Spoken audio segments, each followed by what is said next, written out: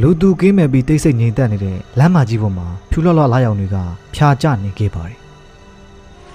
ဘေးပတ်ဝန်းကျင်တစ်ခုလုံးကိုမင်းတို့ရဲ့ဆိုင်ကယ်တန်းကဖုံးလွှမ်းနေခဲ့တယ်ဗျ။အေးဆက်တဲ့လေတူးကြောင့်မင်းတို့တစ်ကိုယ်လုံးချမ်းစိတ်နေခဲ့ပါတယ်။မေးပြားတွေတစက်စက်တုံးတဲ့အထိအေးတံကိုအန်တူရင်တယောက်တည်းခရီးဆက်နေခဲ့တယ်ဗျ။မင်းတို့ဟာ10နှစ်နီးပါးလောက်ဝေးကွာနေတဲ့မိဘတွေစီကိုအလဲပြန်ဖို့မွေးရမည်ဖြစ်တဲ့နေမြို့ကလေးစီပြန်နေတာပဲဖြစ်ပါတယ်။ရှိုးလှမ်းကြည့်လိုက်တော့လဲလမ်းမကြီးတစ်လျှောက်လုံးဟာလာဟင်းလင်းနဲ့ကားဆိုင်ကတစည်းမှမရှိဘူးဗျ။ရုတ်တရက်မင်းသူ့အဖေအမေနဲ့အတူမီးလှုံခဲ့မှုတဲ့ခံစားချက်ကိုလွမ်းနေမိခဲ့ပါတယ်။မိသားစုဝင်တွေဆွေမျိုးသားချင်းတွေရဲ့ရီမောတန်တွေနဲ့အတူအရသာရှိတဲ့အိမ်ချက်လက်ရာထမင်းဟင်းတွေကိုလည်းတန်းတာနေမိခဲ့တယ်ဗျ။အိမ်ပြန်လန်းခရီးကမင်းသူရဲ့တကယ်ဘဝပုံစံအမှန်စီကိုပြန်ပို့ဆောင်ပေးနေတယ်လို့ပါပဲ။ဒီအချိန်အမောင်တို့တွေနဲ့အတူသူ့ရဲ့အတွေးတွေတဖြည်းဖြည်းလွင့်ပြေကုန်နေဗျ။အိမ်မပြန်ရတာဆယ်စုနှစ်တခုရှိခဲ့ပြီးမို့ရင်းနှီးကြွဝင်ခဲ့မှုတဲ့ဒီအိမ်ပြန်လန်းကလေးကသူ့အတွက်အကျွမ်းတဝင်မရှိတော့တယ်လို့ခံစားနေရပါတယ်။အချိန်နဲ့အမျှအရာရာပြောင်းလဲကုန်ခဲ့ပြီပေါ့ဗျာ။သူ့ဆိုင်ကယ်ကိုကြောင်ကြားတဲ့လမ်းကလေးတစ်ခုတည်းစီကွေ့ဝင်လိုက်ပါတယ်။လမ်းကဘလောက်ရှိလျားမှမသိတာကြောင့်တမင်တက်တက်ကိုလမ်းပြောက်အောင်လုပ်နေတယ်လို့ပါပဲ။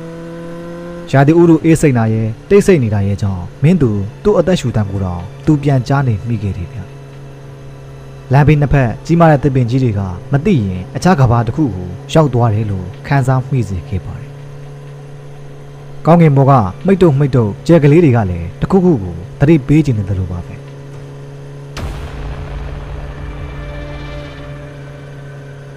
တောင်ကြတော့မင်းသူမိဘုံတစ်ခုကိုလှမ်းမြင်လိုက်တာနဲ့မိဘုံနားကိုတဖြည်းဖြည်းချင်းမောင်းသွားလိုက်ပါတယ်။မိဘုံနားကိုရောက်တော့တက်သားအိမ်ဟောင်းတစ်လုံးကိုတွေးလိုက်ရတယ်ဗျ။အိမ်ကလေးကလမ်းအဆုံးမှာတိမ်နဲ့တီးတန့်ရှိနေခဲ့တာပါ။အိမ်ရဲ့ပတ်လေကခြံစည်းရိုးတွေကခနော့ခနဲ့နဲ့ရိုရင်းစာပြုတ်နေပါပြီ။မိဘုံကြီးရဲ့နားမှာလူကြီးတစ်ယောက်ထိုင်နေခဲ့တယ်ဗျ။မင်းတို့ဆိုင်ကယ်မေးအောင်ကြောင့်ဖြူဖက်ဖြူရောဖြစ်နေတဲ့လူကြီးရဲ့မျက်နှာကိုအသေးအချာမြင်လိုက်ရပါတယ်။စပင်တွေကတကောင်းလုံးဖွေးဖွေးဖြူနေခဲ့တယ်ဗျ။ဦးလေးကြီးကမင်းသူကိုရင်းနှီးကြွဝင်ခဲ့ဘူးသလိုအကြည့်မျိုးနဲ့စိုက်ကြည့်နေခဲ့ပါတယ်။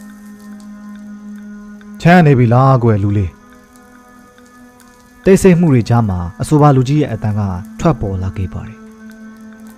မင်းတို့အယိုးတဲ့အထိအေးစိတ်နဲ့ရာသီဥတုတန်းကိုခံစားနေရတာကြောင့်ဦးလေးကြီးရဲ့မိကွန်းကိုခတ်တွတ်လေးပြန်ဖြေလိုက်တယ်ဗျ။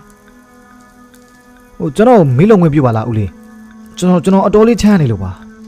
။လာခဲ့လေလူလေးရဲ့။ဦးလေးကြီးကသူ့ကိုဖော်ဖော်ရွရွပဲဖိတ်ခေါ်လိုက်ပါတယ်။မင်းတို့ဆိုင်ကယ်ဘောကဆင်းပြီးမိဘုံကြီးစီကိုတဖြည်းဖြည်းချင်းရှောက်သွားလိုက်တယ်ဗျ။မိဘုံရဲ့အနှွေးဓာတ်ကမင်းသူကိုတက်တောင်တက်တာဖြစ်စေခဲ့ပါတယ်။ဒါကြောင့်ဦးလေးကြီးကိုကျေးဇူးတင်စကားပြောမလို့လုပ်နေတော့မှကင်ထားတဲ့အသားတုံးငင်မွမွေးလေးကိုမြင်သွားခဲ့တယ်ဗျ။ဟိုးအသားငင်ကစားကျင်စရာပါလားဦးလေး။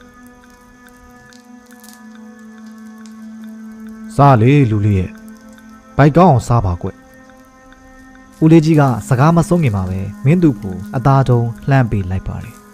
။မင်းသူနည်းနည်းတော့တွန့်ဆုံနေပေမဲ့အသားကိုလှမ်းယူပြီးမြည်ကြည့်လိုက်တယ်ဗျ။အသားကင်ရဲ့အရသာကနူးညံ့နေပြီးမိသွေးနှမ်းကြောင့်မှု့ကြိုင်နေခဲ့ပါတယ်။ဒါပေမဲ့လည်းစိတ်ထဲမှာထူးဆန်းတယ်လို့ခံစားနေရတယ်ဗျ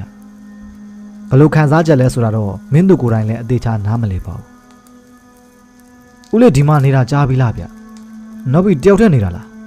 ။ရင်းနှီးမှုရအောင်မင်းတို့စကားစာပြောလိုက်ပါတယ်။မဟုတ်ပါဘူးကွယ်။ဦးကဒီညနေမှလာတာပါ။ဒီမှာတိတ်ဆိတ်ငြိမ်သက်တယ်လေ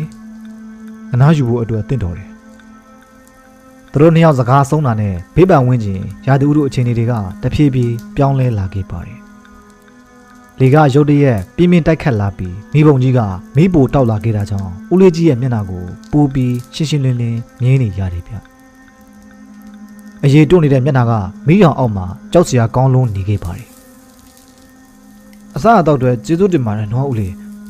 ကျွန်တော်လည်းအမြန်ပြန်ရတော့မယ်ဗျတော်ကြအိမ်ကမိသားစုဝင်တွေကမျောနေတော့မယ်ကျေးဇူးမတင်ပါနဲ့ကွယ်ဘာရောပြည့်ရလား တကယ်လို့မြန်မစားလိုက်ရင်လည်းအကုန်လုံးကတူးကုန်တော့မှာပဲဦးမင်းတို့အခုမှရင်းနဲ့မကောင်းတယ်လို့ခံစားနေရပါတယ်မတ်တပ်ထားရဖို့ကြိုးစားပေမဲ့သူမရက်နိုင်ခဲ့ပါဘူးမိကြီးပေါ်တစ်ခုခုနဲ့ချုံနှောင်ထားတယ်လို့မျိုးသူ့တစ်ခုလုံးလေးလံနေခဲ့တယ်ဗျမိဘုံကိုအသေးချာထပ်ကြည့်လိုက်ပြီးတော့မင်းတို့မျက်လုံးတွေပြူးကျဲကုန်ပါတယ်မိဘုံပေါ်မှာရှိနေတဲ့အသားကသူထင်ထားခဲ့တယ်လို့တောကောင်ရဲ့အသားတွေမဟုတ်ခဲ့ပါဘူးသူလန့်ဖြန့်ပြီးပါဇက်အဟောင်းသားနဲ့မိဘုံကြီးကိုငေးကြည့်နေမိတယ်ဗျသူနှလုံးခုန်တန်းကပြင်းလွန်းလို့မသိရင်အပြင်ကိုဖောက်ထွက်တော့မယ်အတိုင်းပါပဲမိဘုံကြီးထဲမှာလူယောက်ျားတစ်ယောက်ရဲ့အလောင်းကိုမီးရှို့ထားခဲ့တာဗျလဲလျောင်းနေတဲ့အလောင်းကိုမိလျံရဲရဲတွေကလောင်မြိုက်နေခဲ့ပါတယ်တာဝန်ကျင်တစ်ခုလုံးညှော်နှံ့ထွက်နေခဲ့တယ်ဗျမင်းသူဟာသူစားလိုက်တဲ့အသားကဘာအသားလဲဆိုတာသိသွားတဲ့နောက်မှာတော့ပြန်အထွက်မတန်အော်ဂလီစမ်းနေမိခဲ့ပါတယ်သူမြင်ခဲ့တဲ့တသားအိမ်ဟောင်းကြီးကလူသေးထားတဲ့ဇရက်အိုဟောင်းကြီးဖြစ်နေခဲ့တယ်ဗျဘေးပါဝင်းချင်းကိုကြည့်လိုက်တော့လဲကြောက်စရာကောင်းအောင်တိတ်ဆိတ်နေတဲ့တုတ်တန်ကြီးဖြစ်နေပြန်ပါတယ်မိဟတ်လိုကြွေးကြလာတဲ့တိရွက်6တွေရဲ့အတန်တွေကိုလည်းဝိညာဉ်တွေရဲ့တီးတိုးစကားပြောတန်လို့ခံစားနေရတယ်ဗျအရာသာရှိရလားလူလေးထပ်စားလို့ရသေးတယ်ကိုငါခွင့်ပြုပါလေ6ချားစရာကောင်းတဲ့လူကြီးရဲ့စကားတန်ကိုကြားပြီးတဲ့နောက်ဘယ်အရာမှမင်းသူကိုမတားဆီးနိုင်တော့ပါဘူးချက်ချင်းသူ့ဆိုင်ကယ်စီကိုအမြန်ပြေးသွားလိုက်ပြီးကြောက်လန့်တကြားမောင်းပြီးခဲတော်တယ်ဗျလီဗာကိုအဆုံးထိတင်ပြီးမောင်းနေတာကြောင့်သူ့ဆိုင်ကယ်တန်းကစူညံနေခဲ့ပါတယ်ဆိုင်ကယ်တာယာနဲ့ကတ္တရာလမ်းရဲ့ပို့တိုက်မှုကြောင့်မိကိုညွန်နှံ့ထွက်တော်မယ်လို့တော့ခံစားနေကြရတယ်ဗျမင်းတို့ရဲ့နှလုံးခုန်လုံးကအရှင်ဘလောက်ပြင်းလဲဆိုအပြင်ကိုဖောက်ထွက်လာတော့မယ်အတိုင်းပါပဲလီဗာကိုအဆုံးထိမောင်းတင်ပြီးနောက်ကြည့်မှန်ကနေလှမ်းကြည့်လိုက်တော့ဟိုလူကြီးကသူ့ဆိုင်ကယ်နောက်ကိုပြေးလိုက်နေခဲ့တယ်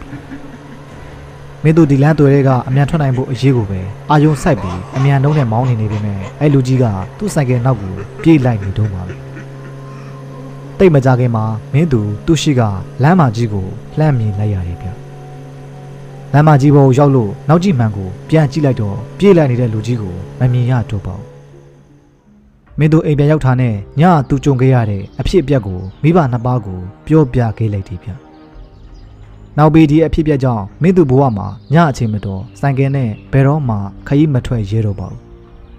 ဟုတ်ကဲ့ဇလန်းလေးကောဒီလောက်ပါပဲခင်ဗျာအားလုံးကျေးဇူးတင်ပါတယ်ခင်ဗျာ